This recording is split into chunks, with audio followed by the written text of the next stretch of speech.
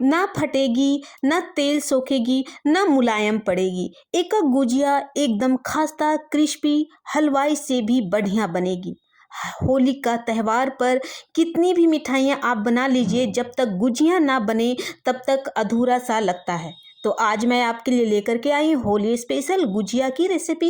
Hello friends, नमस्ते, सत श्री अकाल। मदर किचन रेसिपी में आपको लोग का सभी का स्वागत है। तो चलते हैं, इस रेसिपी को शुरू करते हैं।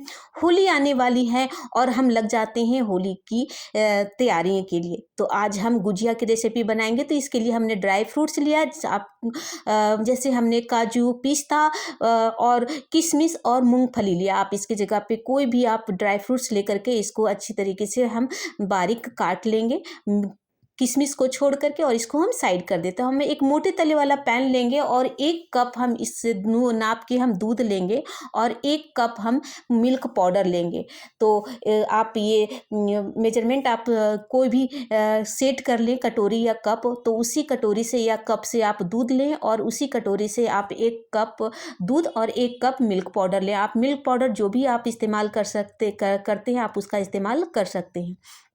तो इस तरह से हम धीरे धीरे हम दूध में डालते जाएंगे, और ये ध्यान देना है कि दूध जो है वो रूम टेम्परेचर में ही हो, और हम जो मिल्क पाउडर है वो हम धीरे धीरे डालेंगे, एक साथ हम नहीं डालेंगे। और इस तरह से हम कंटिन्यू इसको चलाते जाएंगे ताकि इसमें लम्स ना पड़े। और ये देखिए, बिल्कुल हमारा जो परफेक्ट हमारा जो घोल है वो बिल्कुल अच्छी तरीके से मिल्क पाउडर और दूध जो अच्छी तरीके से घुल मिल गई है, और अच्छी तरीके से ये पेस्ट बन करके तैयार हो गया। अब मैं इसको गैस के ऊपर चढ़ा देती हूँ और इसको कंटिन्यू हम इसको चलाएंगे, और गैस का फ्लेम में बिल्कुल धीमी होना चाहिए, और इसको कंटिन्यू हम इसको चलाते जाएंगे।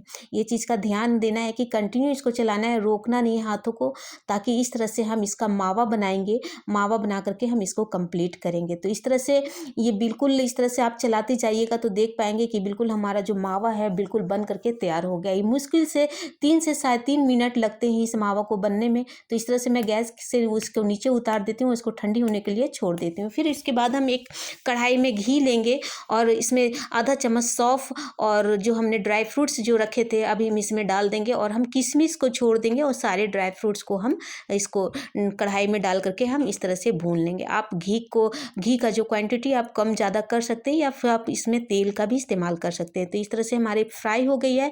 अब ये भी हमारी जो मावा है बिल्कुल ठंडी हो गई है, और मैं आपको हाथों के हेल्प से दिखा रही हूँ। ये देखिए, मावा बिल्कुल कंप्लीट हो गई है और बिल्कुल मार्केट जैसे मावा लग रही है। लग ही नहीं रहा है कि हमने इसे मिल्क पाउडर से बनाया है। और फिर इसको हम एक अलग बॉल में ट्रांसफ़र कर देते हैं। ये देखिए, इस तरह से अलग बॉल में हम इसको ट्रांसफ़र कर लेंगे। और इसके बाद हमने जो ड्राई फ्रूट्स को जो फ्राई करके रखा था, अब इसमें हम इस स्टेज पे हम इसमें डाल देंगे। सारे ड्राई फ्रूट्स को हम डाल देंगे, और जो किशमिश हमने साइड करके रखा था अब हम इसमें डाल देंगे। किशमिश को फ्राई नहीं करनी है, ये थोड़ा कड़वा हो जाता है, इसलिए हम इसमें फ्राई हम नहीं किया और इसको बाद में डाला। और फिर इसमें थोड़ी सी आधे चम्मच के लगभग इसमें हम इलायची पाउडर डालेंगे और सभी को अच्छी तरीके से मिक्स कर लेंगे।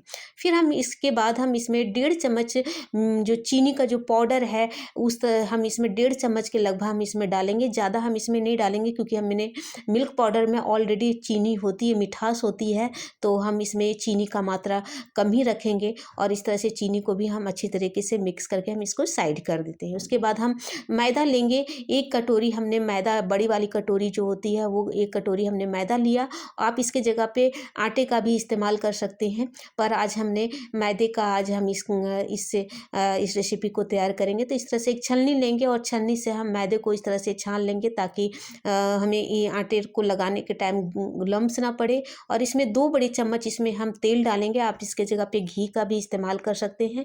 और इस तरह से इसको हम सारे तेल और आटे को इस तरह से मिला लेंगे, और इस तरह से लड्डू बन रहे हैं। तब आप समझिए कि जो हमने मोयम डाला है वो परफेक्ट अच्छी तरीके से हो गई है। तो इसके बाद इसको आप दूध से भी, आप पानी से भी इस आटे को लगा सकते हैं। तो इस तरह से मैंने आटे को इस तरह से, जैसे हम रोटियाँ पूड़ी बनाते हैं उस तरह से हमने इसको लगा करके तैयार करके रख लिया। और इसको कॉटन कपड़े से इसको हम 5-10 मिनट के लिए रेस्ट के लिए छोड़ देते हैं, ताकि अच्छी तरीके से ये फूल जाए।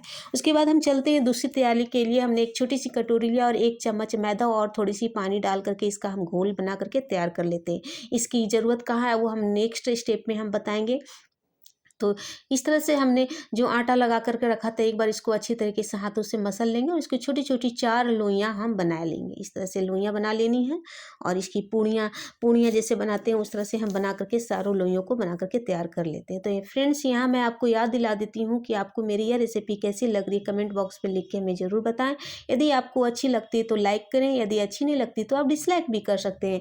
यदि आप हमें फेसबुक पे देख रहे हो फ्रेंड्स तो हमारे पेज को फॉलो कर सकते हैं। यदि यूट्यूब पे देख रहे हो तो हमारे चैनल को सब्सक्राइब करके हमें मोटिवेट करें ताकि आपके लिए अच्छी अच्छी रेसिपी की वीडियो लेकर के आए।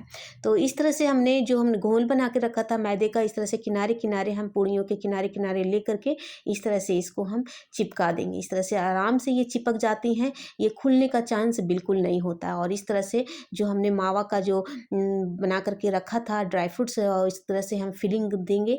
आप अपने टेस्ट अनुसार इसमें कम या ज़्यादा आप कर सकते हैं। और इस तरह से दोनों किनारों को चिपका करके इस तरह से हाथों से इसको डिजाइन दे देनी है। इस तरह से नानी दादियाँ हमारी पुराने ज़माने में इस तरह से बनाया करती थी, पर आजकल बहुत सारे इसके जो सांचे आने लगे हैं तो सांचे से बहुत लोग बनाते हैं।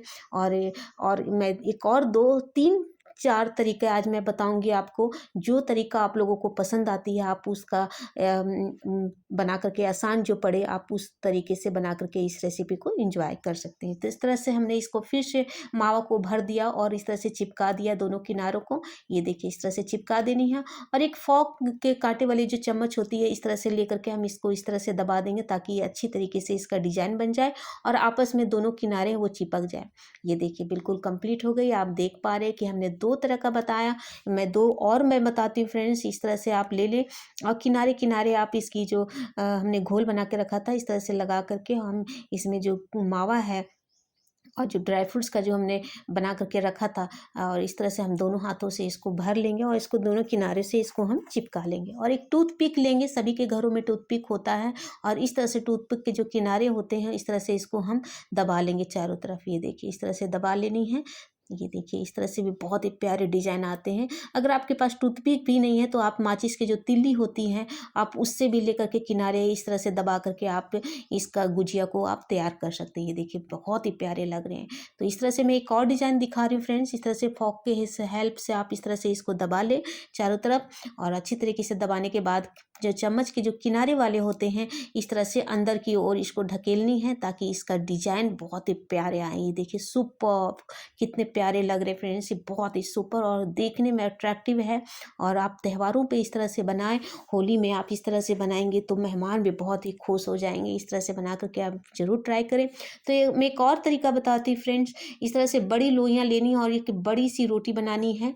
इस तरह से रोटी जो रोटी की शेप में आप बना लें और इस तरह से जो मावा है और जो हमने ड्राई फ्रूट्स बना के रखा था इस तरह से किनारे किनारे कर लें और रख लें। इस तरह से सभी को सेट कर लें। इस तरह से आप जितनी बड़ा बनाएंगे उतनी बड़ी की आपकी गुजिया उतनी ही बनेगी। तो इस तरह से कटोरी लें आप। इस कटोरी आप बड़ी हो या छोटी हो, आप इससे भी बड़ी आप बनाना चाहते तो आप बड़ी वाली कटोरी लें और इस तरह से इसका शेप दें। ये देखिए एक बार में बहुत सारी गुजिया बन करके तैयार हो जाती हैं और बहुत ही शॉर्ट टाइम में बहुत सारा गुजिया बन करके तैयार कर सकते हैं। तो इस तरह से कटोरी आप ले करके आप निशान बना लें और सारे जो हैं इस तरह से जो किनारे छोड़ा करके हम इस तरह से निकाल लेंगे। एक्स्ट्रा जो आटा है वो हम निकाल लेंगे और इसको हम दूसरा बैच हम इससे तैयार करेंगे।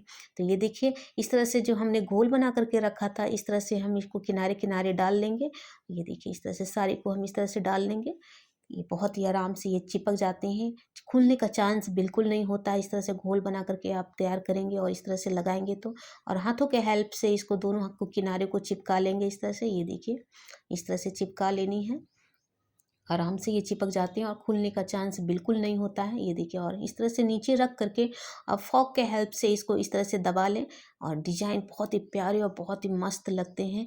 इस तरह से डिजाइन बना लें और ये देखिए बहुत ही आसान है, आप आराम से इसको बना करके तैयार कर सकते हैं। तो इस तरह से किनारे से इस तरह से आप दबा लें। आपको मैं इससे पहले भी आपको बना करके दिखाया। इस तरह से आप अंदर की ओर धकेलनी है ताकि जो डिजाइन जो हो बहुत उभर करके आए।